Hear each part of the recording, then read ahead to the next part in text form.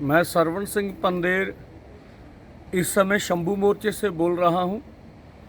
आज लगभग 390 दिन हो गए इस मोर्चे को चलते हुए और सांसद का बजट इजलास का दूसरा बारी का सत्र शुरू हो रहा है। हम चाहेंगे देश की सत्ता पक्ष और विपक्ष किसान मजदूर की एमएसपी के ऊपर चर्चा करें कि उसका गारंटी कानून बनना चाहिए। C250% डॉक्टर स्वामीनाथन जी के फार्मूले के अनुसार और देश के किसान मजदूर को कर्ज मुक्त किया जाए।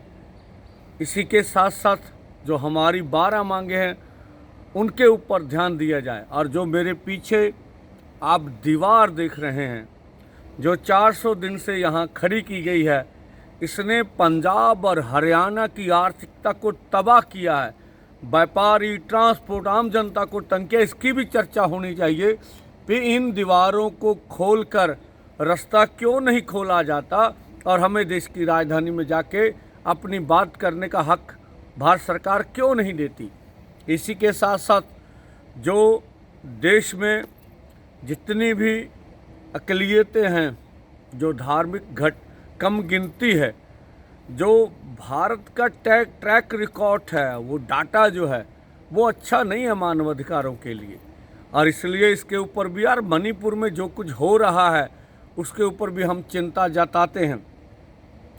इसी के साथ साथ जिस तरह से पंजाब में आर्थिक संकट और देश के खेती सेक्टर में आर्थिक संकट बढ़ रहा है, देश की दिल्ली की सत्ता हो जिन्होंने देश के किसान मजदूर को कुचला है, और इस तरह से चंडीगढ़ की सत्ता ने भी पंजाब के किसान मजदूर लहर के ऊपर प्रहार किया है। और ये सब बातें बताती हैं कि यूनियन का सबका एकता जरूरी है। ये पूरे देश भर के किसान मजदूर की भावना है और हम उसके लिए प्रयास कर रहे हैं।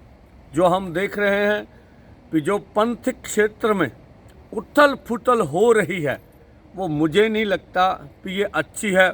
जहाँ पर पंथक क्षेत्र है यहाँ पर आर्थिक संकट भी है, और जो कुछ भी हो रहा है धार्मिक क्षेत्र में उसके लिए दिल्ली की सत्ता तो खुश होगी।